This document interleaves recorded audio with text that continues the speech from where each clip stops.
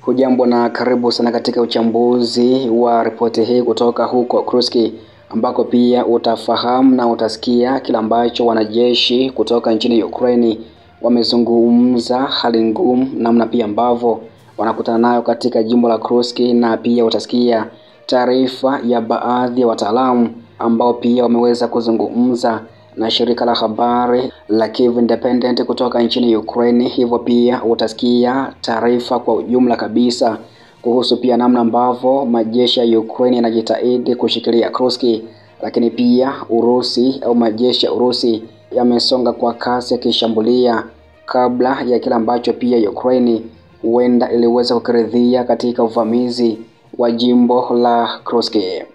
Kujiondoa kwa wanajeshi wa Ukraine kutoka eneo la Kursk kunaonekana kuwa na uwezekano mkubwa, kwani pia habari za hivi karibuni zimeonyesha kuwa Urusi imechukua hatua, huku kukiwa na mashambulizi makali zaidi ili kuweza kuiondoa majeshi ya Ukraine, ambako wataalamu na wanajeshi wameeleza kuchukua tena eneo hilo linaloshikiliwa na Ukraine katika jimbo hilo kunaweza kuiondoa Kyiv bila mpango wake wa kujadiliana kabla ya mazungumzo ya amani dhidi ya Urusi, ambako pia katika siku za hivi karibuni vikosi vya Urusi vimeharibu vifaa vya Ukraine katika eneo hilo vikidai kukamata makazi kadhaa, na inaripotiwa kuingia katika mji ambao pia Ukraine iliwekeza vitu vingi hasa huko Sudzha. Warusi wamepeleka vitengo vyao vyema zaidi vya drones katika jimbo hilo, ambao sasa wanadhibiti njia za Ukraine zinazodhibiti moto kutokana na maendeleo ya Urusi katika upande wa kulia na kushoto wa mashuhuri. Wataalamu wameweza kueleza hivyo kuhusu hali ya huko Kursk. Katika mkoa huo uratibu wa vifaa ni mzuri, kukiwa na barabara nzuri na makazi ya kutosha ambapo wanajeshi wa Ukraine wanaweza kuishi na kujenga makao. Ruslan Maikula, yeye ni mchambuzi wa masuala ya kijeshi na mwanzilishi mwenza wa mradi wa Deep State Osint, ameweza kueleza hivyo. Lakini tatizo kuu la vikosi vya Ukraine ni sehemu ya takribani kilomita 10 ya barabara kuu katika jimbo la Sami na la Ukraine, kati ya kijiji cha Yunakivinka na kivuko cha mpaka cha Sudzha, ambako hapo awali vifaa vyote vimeunganishwa kwenye barabara kuu ya lami ya Sami na Sudzha, ambayo ni rahisi sana kudhibiti kwa sababu umbali sio mrefu sana, kama kilomita tu takribani 5 hadi 7, upeo wa kilomita 15, ambayo si tatizo kwa ndege za kisasa. Afisa mstaafu wa kijeshi na mtaalamu pia wa ulinzi anayefahamika kama Viktor Kevleuki, yeye pia alishiriki maoni hayo na shirika la habari la Kyiv Independent kutoka huko Ukraine kuhusu hali pia ambavyo inazidi kujili huko mkoani Kursk. Njia za usafirishaji pia si nyingi sana kwa sababu eneo hilo lina kinamasi au madaraja yameharibiwa, aliweza kuongeza hivyo. Operation hii iligeuka kuwa kitu sawa na Krenki. Maikula amezungumza hivyo akirejelea kijiji kilicho katika ukingo wa mashariki wa mto Dnipro katika mkoa wa Kherson unaomilikiwa na Urusi, kinachoshikiliwa na wanajeshi pia wa Ukraine kwa takribani miezi 9 mwaka 2023 hadi mwaka 2024, ambapo raia wa Ukraine walipoteza mamia ya wanajeshi wakati wa vivuko hatari vya kuvuka mito, njia pekee ya kawaida ya usafirishaji kuelekea huko Krenke. Barabara kati ya Yunakivinka na mpaka wa Kursk ni kama mto Dnipro karibu na Krenke, ambapo kila askari wa miguu au gari linaweza kushambuliwa na ndege zisizo na rubani mchana na usiku. Maikula aliweza kueleza hivyo. Ingawa pia ndege zisizo na rubani za FPV hukabiliwa na vifaa vya vita vya elektroniki vinavyotumiwa na vikosi vya Ukraine na Urusi, havina nguvu dhidi ya ndege zisizo na rubani zinazodhibitiwa na fiber optic na fiber optic ambazo zinatumia waya mrefu sana ambao pia umetenguliwa wakati wa safari ya ndege. Wengine wanaweza kuruka hadi kilomita 20 katika eneo hilo. Sio wote, lakini wengi wa wafanyakazi wa fiber optic katika jeshi la Urusi wako katika eneo hilo, na kuna msongamano mkubwa wa ndege zisizo na rubani huko Kursk. Kulingana na Mykola, alisema pia vikosi vya Ukraine katika eneo hilo havikupata kabisa njia ya kukabiliana na aina hiyo ya ndege zisizo na rubani.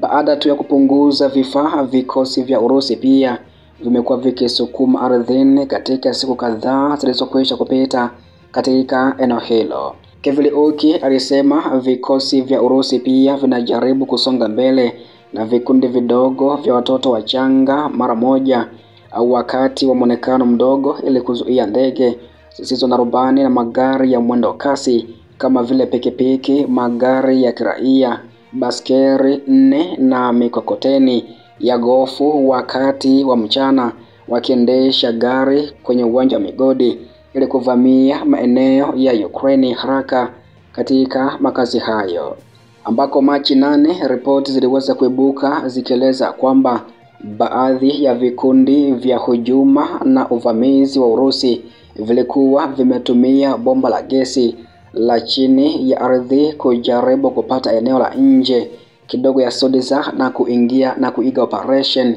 kama hiyo, ambapo Warusi walitumia mifereji ya maji taka huko Avdiivka. Wafanyakazi wakuu wa Ukraine pia waliweza kuchapisha habari video tarehe 9 mwezi huu wakiweza kudai kuharibiwa kwa vitengo hivyo, lakini kulingana na vikundi vya ufuatiliaji wa tovuti Huria siku ya jana Jumatano vilieleza mapigano yanaendelea huko Sodza, huku pia jeshi la Ukraine likikataa kutoa maoni yoyote kuhusu vikosi vya Urusi kuingia katika mji huo kufikia katika chapisho la taarifa hii, ambako pia mashambulizi mengine yaliweza kulenga njia mbadala za Ukraine za vifaa ambazo zinajulikana kwa Warusi. Mykola alisema hivyo. Mashambulizi wanajeshi wa Korea Kaskazini karibu na Goevo, huu ukiwa ni upande wa kulia wa Ukraine, walikuwa na kazi ya wazi ya kuingia katika njia ya vifaa vya vikosi vya ulinzi kupitia msituni, jambo ambalo waliweza kulifanya. Inaweza pia kuwa hatua ya kuzingira wanajeshi wa Ukraine katika mkoa huo, na ni kama sehemu ya juhudi hizo Urusi pia imepeleka vikosi viwili vya vikosi maalum vya Korea Kaskazini vilivyojiandaa vyema zaidi kuliko wanajeshi wa hapo awali wa Korea Kaskazini walioweza kutumwa kwenye jimbo hilo ili kupigana vikosi vya Ukraine.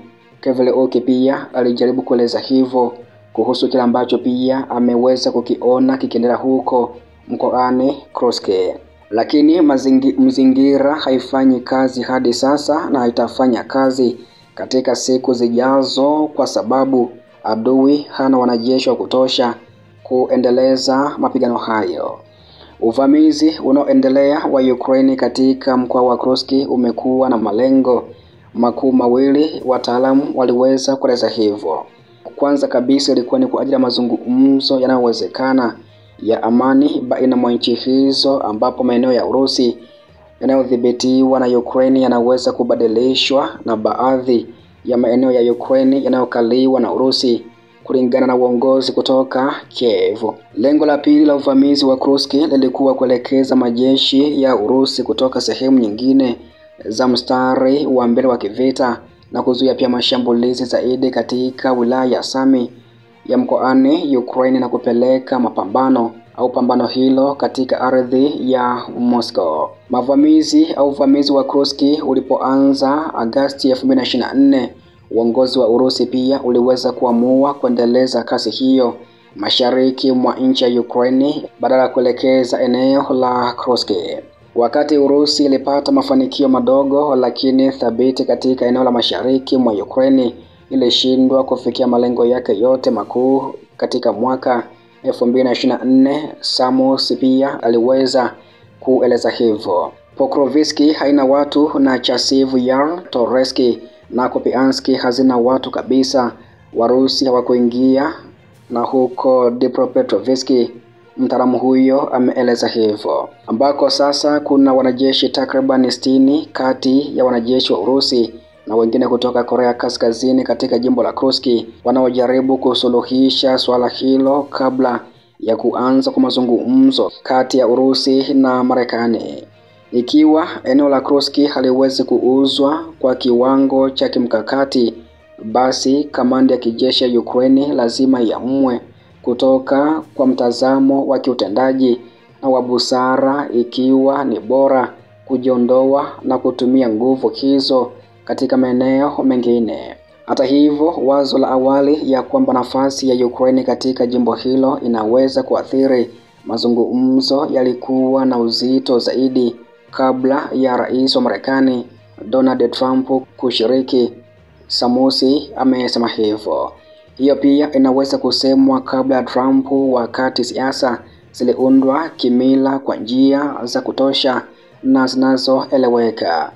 Iwapo Trump na utawala wake wataendelea kutenda kwa njia ambayo inachangia maslahi ya Urusi, kusitisha msaada wa kijeshi, kunyima dhamana ya usalama ya Ukraine kabla mazungumzo ya amani, na kuondoa vikwazo kwa Urusi, wanaweza pia kukataa kuzingatia Oblast ya Kursk kama shirika la mazungumzo. Samusi ameongeza hivyo. Marekani iliweza kurejesha usaidizi wake wa kijeshi pia mnamo Machi 11 baada ya mazungumzo huko Saudi Arabia, na pia Kiev kukubali muda wa siku 30 katika kumaliza mzozo huo au katika kusitisha vita hivyo. Haikuweza kufahamika mara moja hatima ya mkoa wa Kursk unaodhibitiwa na Ukraine itakuwaje wakati wa usitishaji mapigano wowote ule, na ikiwa Kursk haiwezi kuuzwa kwa kiwango cha kimkakati, baadhi ya wataalamu wanasema ya kwamba Ukraine inaweza kuleta utulivu wa vifaa na kuweka msingi wake katika jimbo hilo kama inapeleka rasilimali zaidi. Lakini wengine pamoja na askari walioko chini wanapendekeza kwamba mafungo ya Ukraine tayari yameanza. Wanajeshi wa Ukraine wanatumia ngome za Kirusi zilizojengwa vizuri sana, zilizofichwa vyema na zimewekwa kwa ajili ya topografia ya eneo hilo, jambo ambalo lingewaruhusu kukaa huko kwa muda mrefu zaidi.